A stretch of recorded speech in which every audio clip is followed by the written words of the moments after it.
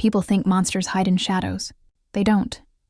They wear suits, drive black cars, and look at you like you're the only thing left in their broken world. My name is Ava Lane, though once it was something else. Before everything changed, before him, I used to believe my life would be simple. Classes, coffee, rent payments, maybe a quiet apartment with sunlight and peace.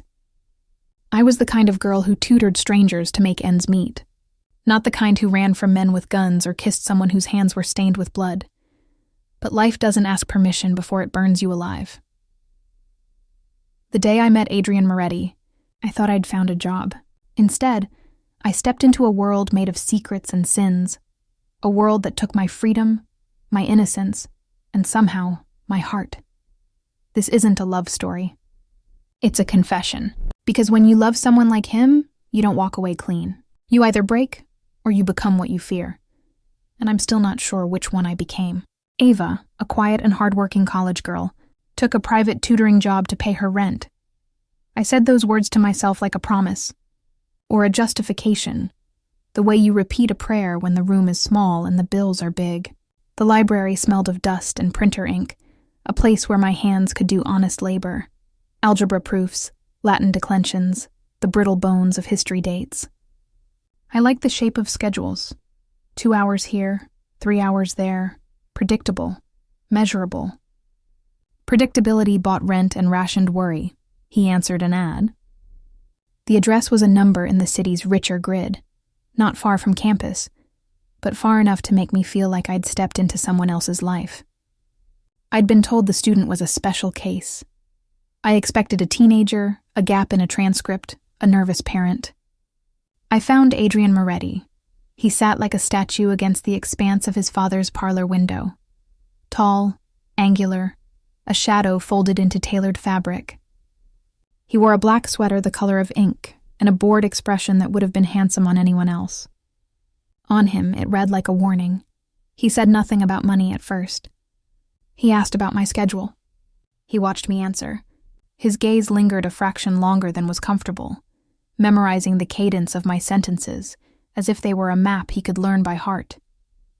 I told myself that was just how powerful men looked at people.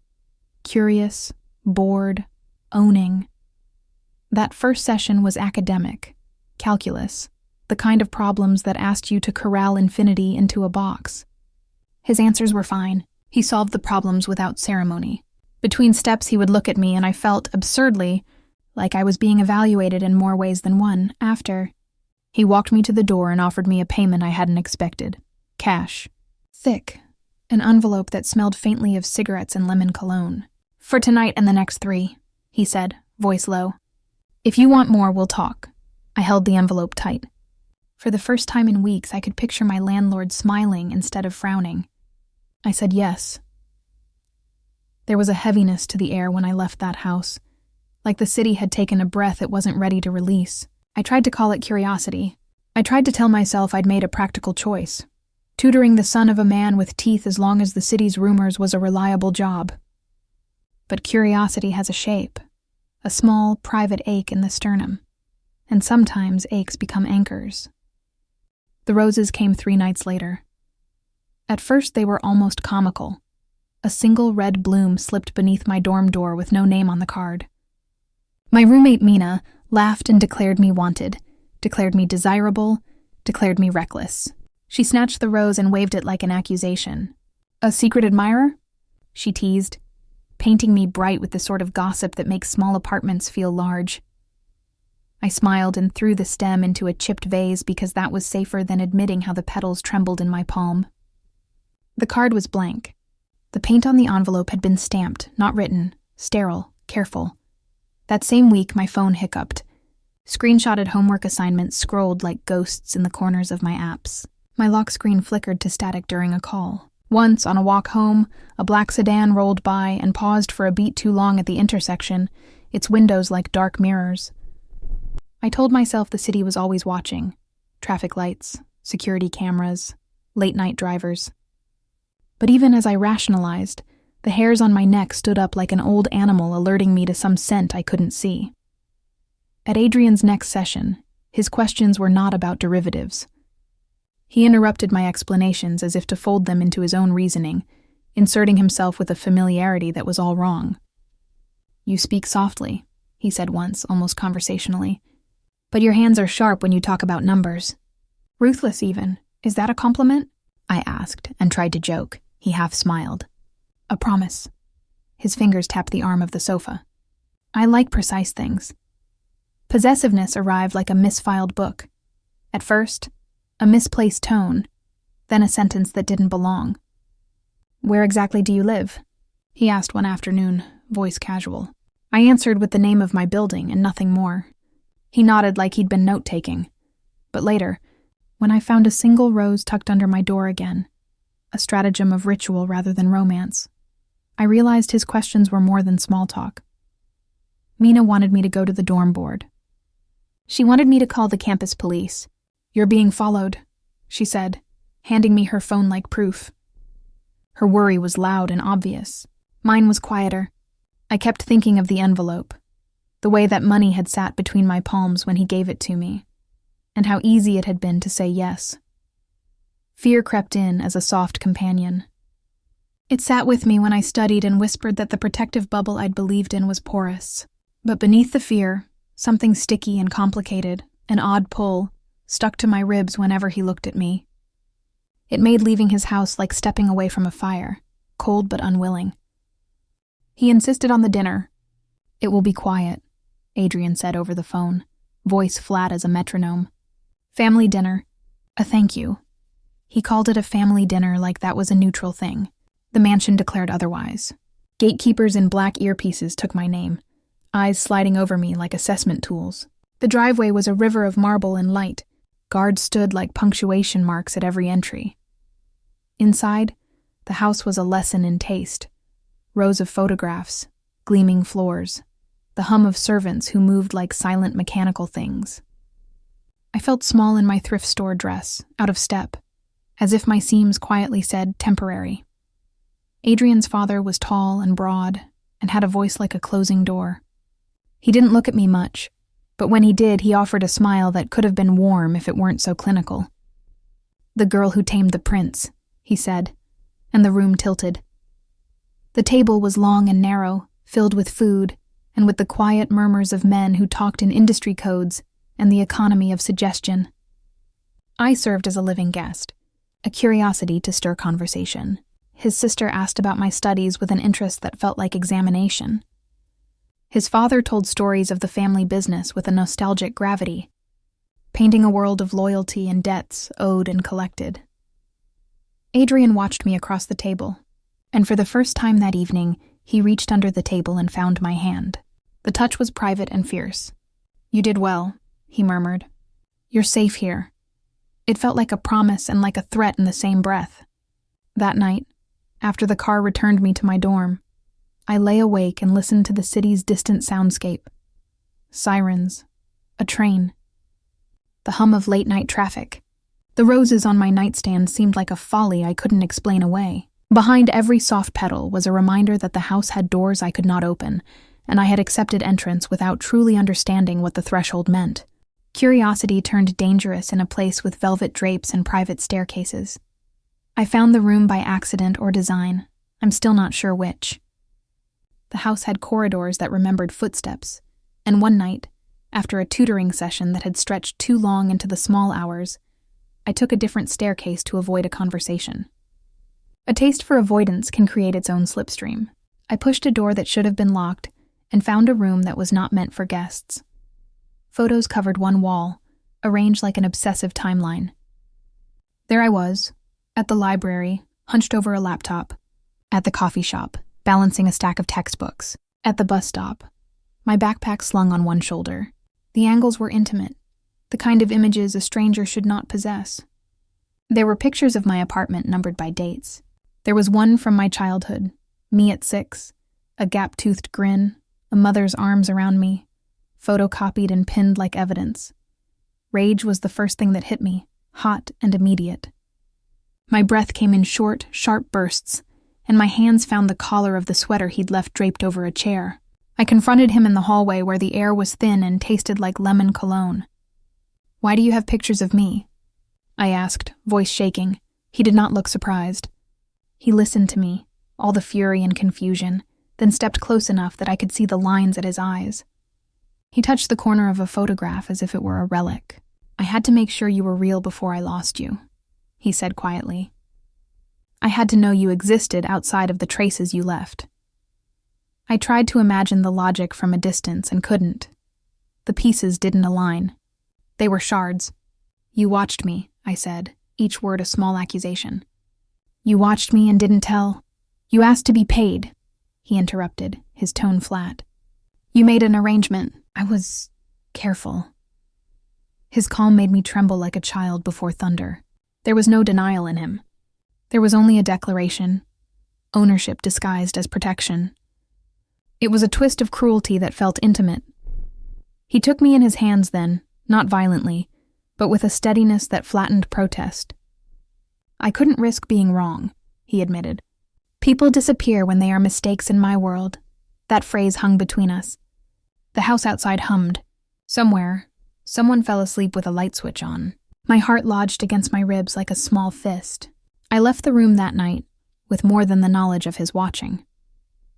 I left with the understanding that I had been catalogued, assessed, and found to be desirable in the way a collector finds an object to complete a set. I felt hollow and frantic and, impossibly, a strange lean toward him that I couldn't entirely deny. The first time he locked the door, it felt ridiculous, like a scene in a bad movie. The second time, it felt inevitable. His rationale was tidy and sharp. A rival fringe was sniffing around. A delivery van had been burned 2 streets away. A man had been seen asking about local students. He made it sound like logical containment. Temporary. "For your safety," he said, pressing his palm to the steel of the door as if he could physically reinforce the words. He built a nest of comforts and constraints. The penthouse was guarded with the same exquisite taste as the mansion. Art, an expensive coffee machine, a couch that swallowed you, and then, in the way of men who loved control, the small details that kept a bird in a gilded cage, a code for the elevator, the way the doors locked every hour. The guard at the main entrance who checked names against a list only he maintained. He told me the neighborhood wasn't safe. He corrected my grocery list as if my choices were child's mistakes. He called at night to ask whether I had slept. He installed small cameras for monitoring my safety. They were never discussed as tools for him to see. They were always called protection, I screamed at him. It began as a small thing, throwing a glass, the sound of water breaking against tile, and escalated into a wrecking of pillows and accusations. "You can't keep me here," I said between heaves. "This is not protection. This is a prison decorated with champagne." He didn't raise his voice. He watched the pieces of porcelain and soft fabric fall, and then stepped into the wreckage, steady. He could have silenced me with a look, but instead he said, almost tender, "If you die, I die." The words were a confession as much as an admission of guilt. That sentence was the hinge on which everything swung. It was his logic, that his life was bound to mine by a thread of devotion so tight it made both our chests hurt. He offered contrition and control in the same breath. He apologized for the shape of his actions and made excuses with the same skill. I hit exhaustion first. Rage faded into a fatigue that bled into the soft edges of my days. The cage dulled to background noise, a fact like weather. I began to time my movements so I wouldn't trigger questions. I learned the rhythm of his check-ins, the cadence of the security shifts. I read books he left on a coffee table that smelled like pipe smoke and something older. Old money, old secrets. In the quiet between locks, something shifted. My resistance thinned like tissue. He would watch me study until my eyes slid closed. He would bring me soup when I couldn't stand. There were moments the bars blurred, when he brushed my hair from my face, when he thumbed a worried crease from the corner of my mouth. Those small mercies confused the moral map of our relationship, and I started to navigate by starved light instead of by compass. After a year of small violences and 100 tiny tender acts, fatigue hollowed me into a patient that stopped struggling. It was a surrender that arrived not as defeat, but as the end of a very long fight. I began listening to his stories when he told them. They arrived in fragments, an absence of a mother, A father who taught him how to trade favors as currency. Nights learning to be invisible so he could survive.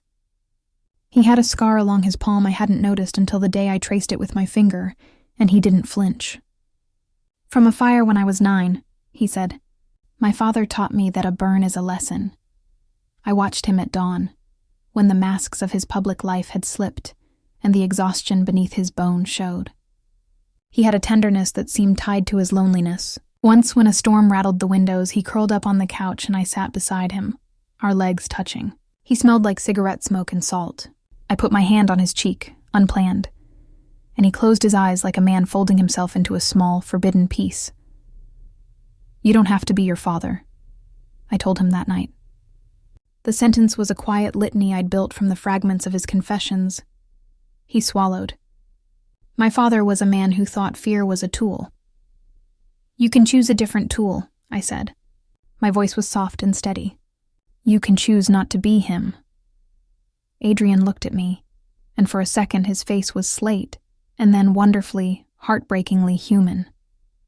The softness in his expression was fragile and dangerous. He reached for my hand and held it like something sacred. Love, if that word was what this was, arrived as a slow, catastrophic thaw. It was stitched from pity, from tenderness, from something like respect for survival. I loved him because I saw the broken places and wanted to stitch them, because I had always been good at patching things. The lines between savior and captor blurred until I couldn't find the seam. It was easy to justify compassion as care. It was harder to notice that pity can feel like a bond that tightens itself into chains. I read those warnings in the mirror and turned them away, more comfortable in the role of healer than the role of prisoner. Every time he apologized for being cruel, I accepted the apology. Every time he promised to do better, I believed him. This was how patterns hardened. When they came for me, the world narrowed to noise and scent, gasoline, sweat, the metallic tang of fear. I was at dinner in the penthouse when the first shot was fired, a thunderclap in the night that vibrated the crystal on the table. The lights went out in a choking way, as if the house had been exhaled. Men shouted in a language made of commands. They took me quick. Hands were on me in the dark, and I felt the world pivot under my feet, a slow-motion tilt into something feral. A van barked down the drive and swallowed me whole. They bundled me into a place that smelled of old leather and iron and cold interiors. The kidnappers spoke like men who believed themselves invisible. Their leader was a scarred thing with a voice like gravel. He said Adrian had debts. And I knew language like debt was never about numbers. It was a ledger of lives. Adrian found us because he had maps in his head and a train of men behind him who knew how to bend the city into a weapon. He moved with a speed that was surgical and terrifying. When he arrived, the rescue was not neat. It was a hurricane. Shots cracked the air like snapping ribs. Men fell in crumples. The floor became a chaotic staccato of bodies and spray paint red blood. He killed. There is no pretty word for it. He killed with a ferocity that unmoored me in a way I had never considered. His face was not the polished cold I knew. It was animal. He moved through the space like someone pulling the world toward him with his hands. Later, his fingers trembled as he held mine and tried to anchor me in the aftermath. "I had to get you back," he said. But the sentence was small before the scale of what had been done.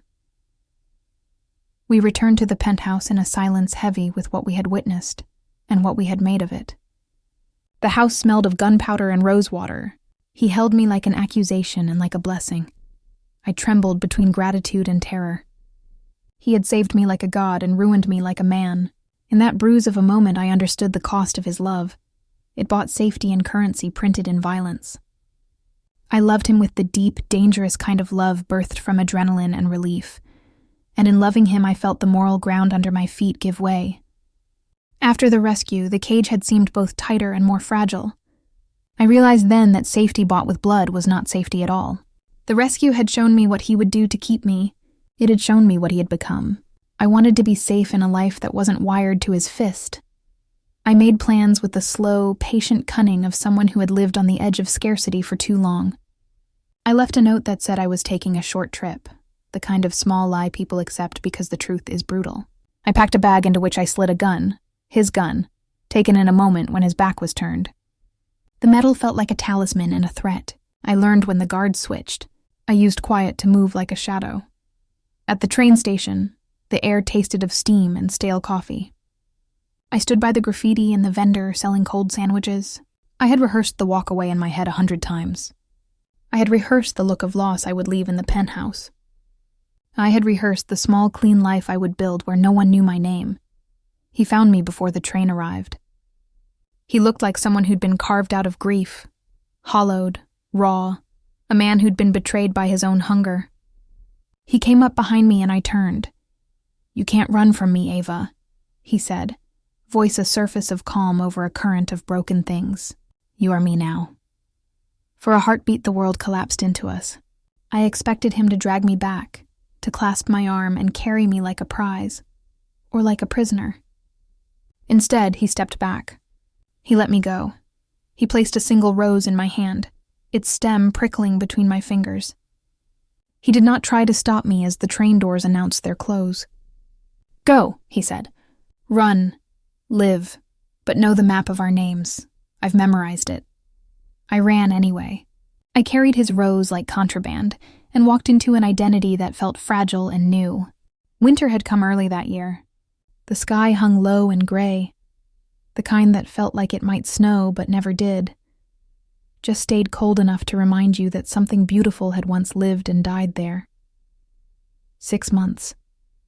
That's how long it had been since I last saw Adrian Moretti. 6 months since the train station, since that look in his eyes that said, "I'll let you go, but not forever." I thought that look would fade. It didn't. It followed me like the shadow of something unfinished. Now, in this new city, I tried to build something that resembled peace. A new name, Ava Lane. A small apartment above a flower shop. A job at a cozy cafe 2 blocks from the river. I told myself I was okay. Some mornings I almost believed it. But grief is a quiet stalker. It doesn't always come screaming. Sometimes it just waits until you're pouring coffee into a paper cup and realize the scent reminds you of his cologne, or when you hear a low laugh behind you that sounds just a little too much like his. I'd been trying to move forward. Therapy sessions, morning runs, phone calls to my mom again. I deleted every trace of him, every photo, every number, every note. And then came the news. It was an ordinary Thursday. The cafe TV was on mute, showing a live broadcast of a car explosion on the outskirts of the city. Something about organized crime retaliation. I wasn't paying attention until I saw the name flash across the screen. Adrian Moretti, presumed dead. The words froze me mid-motion. The coffee overflowed. I didn't feel my hands burn. The reporter's voice crackled through the low volume as I turned it up. Authorities believed the explosion was part of an internal dispute within the Moretti crime family. The victim's body has not been positively identified due to extensive damage, but sources confirm the vehicle was registered to Adrian Moretti. My knees weakened. The world went silent, like someone had sucked all the air from the room. Customers stared as I dropped the cup. The sound of shattering porcelain snapped me back. My manager came over, asked if I was okay. I nodded too quickly, mumbled something about needing air, and rushed out the back door. Outside, I collapsed against the cold brick wall, my breath shaking. Dead. He was dead. And yet, no body, just smoke, metal, and a name. A strange relief rolled through me, heavy and hollow. I'd wished for this, hadn't I? For freedom, for the end. I'd dreamed of him gone, even hated him at times for the cage he built around me. But love doesn't leave on command. Tears stung my eyes, stupid, disloyal tears. I wanted to curse myself for feeling them, but I couldn't. Because no matter how wrong it had been, part of me had still belonged to him. That night, I lit a candle in my apartment. I whispered goodbye into the quiet. Maybe this is what peace feels like, I said aloud, but my voice cracked. I kept thinking about the things he said, how he never lied, how he promised he'd always find me, how his heart sounded under my palm that night when I told him he didn't have to be his father. Was it really possible that heart had stopped beating? Days passed. Then weeks. The world didn't change. I woke, worked, slept. I smiled at strangers. I almost laughed at a coworker's joke. But sometimes, in the reflection of the cafe window, I thought I saw him behind me, a blur of dark hair, tall frame, blue eyes burning from across the street. Each time I turned, there was nothing. Just cars, just people, just my imagination refusing to die with him. Still, every night I whispered the same thing before I slept. Rest now, Adrian. But deep down, a part of me prayed he never would. It was a quiet Sunday morning when the letter came. The postmark had no return address, no name, just an elegant black envelope tucked between bills and a flyer for pizza delivery. I might have ignored it, if not for the handwriting. I knew that handwriting. Sharp, controlled, obsessive, like the man himself. My hands trembled before I even tore it open. The cafe was slow that day. Rain streaked the windows, and soft jazz played in the background. I sat in my corner booth where I usually read between shifts. I placed the letter on the table, staring at it as if it might disappear if I blinked too long. Finally, I slid my finger under the seal and unfolded the thick cream paper inside. The scent hit me first. That faint trace of cedar and smoke. His scent, then the words, "Did you really think you could cage a lion and walk away? You can change your name, your city, your dreams, but not your heart. It beats in time with mine. Always did. Always will. AMPS. Look right." My breath hitched. The world seemed to still around me. The letter slipped from my hands, landing softly on the table. For a heartbeat, I couldn't move. My pulse thundered in my ears. Every instinct screamed no. He couldn't be here. He was dead. He had to be. But curiosity, that same cursed, dangerous thing that started all of this, took over. Slowly, almost against my will, I turned my head. Right. The cafe door had just opened, the bell chiming softly, and there he was,